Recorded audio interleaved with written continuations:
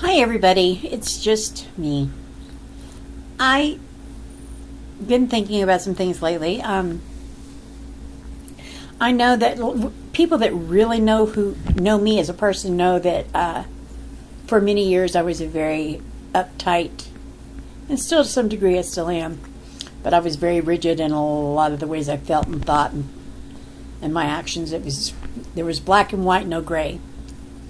And then started doing some working on myself.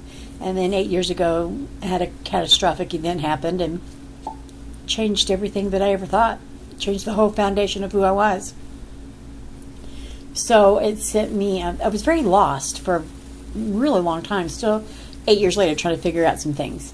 But one of the things that sticks out of my mind is during this time, my niece also went through some major stuff. She was going through divorce. Her stepfather, who she cherished, passed. It was just a lot. She had some health issues going on. And she did it all with a smile. And I was like, and she would say things like, you dance as if no one's watching.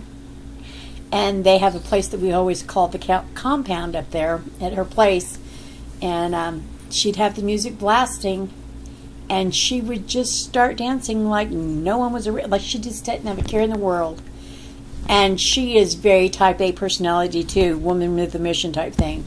But she went through some things that just made her kind of reevaluate, like I've had to go through things to reevaluate. So when I find myself getting overwhelmed, upset, uptight, wound up like an 8-day clock like I do, I kind of remind myself, and that evening when she just said, dance as if no one's watching, and was just dancing to the beat of her own drum.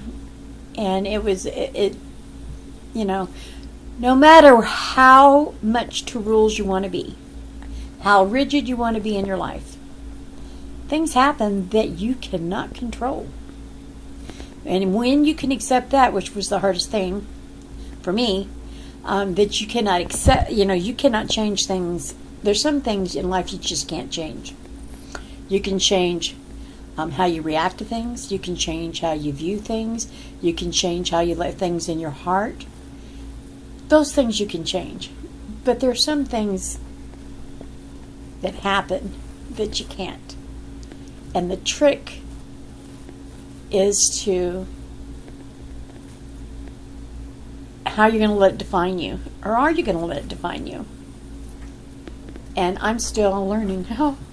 I never would have thought I'd be able to paint. I always told everybody, no, my grandmother's the artist. I can't paint.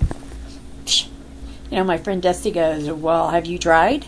So I owe Dusty a big heap of things. And then the next thing she did was start sending me links to Cinnamon Cooney. She says, you need to do her paintings. You need to see you can do this. And the very first one I did was the owl, the one hoot owl that the Heart Sherpa talks about. That was one of the first ones I did, and I was just tickled to death and doing happy dances as, oh my God, I can do this. And I continue to do it. I just continue on. Even when my health acts like crazy, like it's been doing for several months now, my lungs are not liking life, and they're letting me know about it.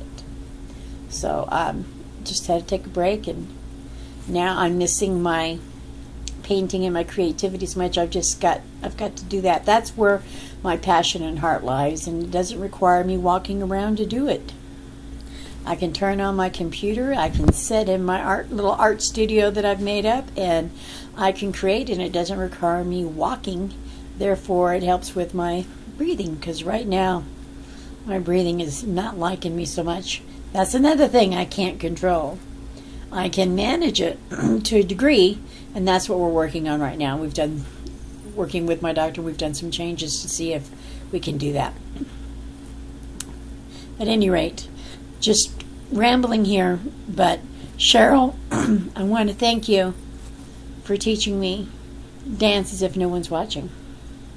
It has helped me a great deal, and especially during that time in my life.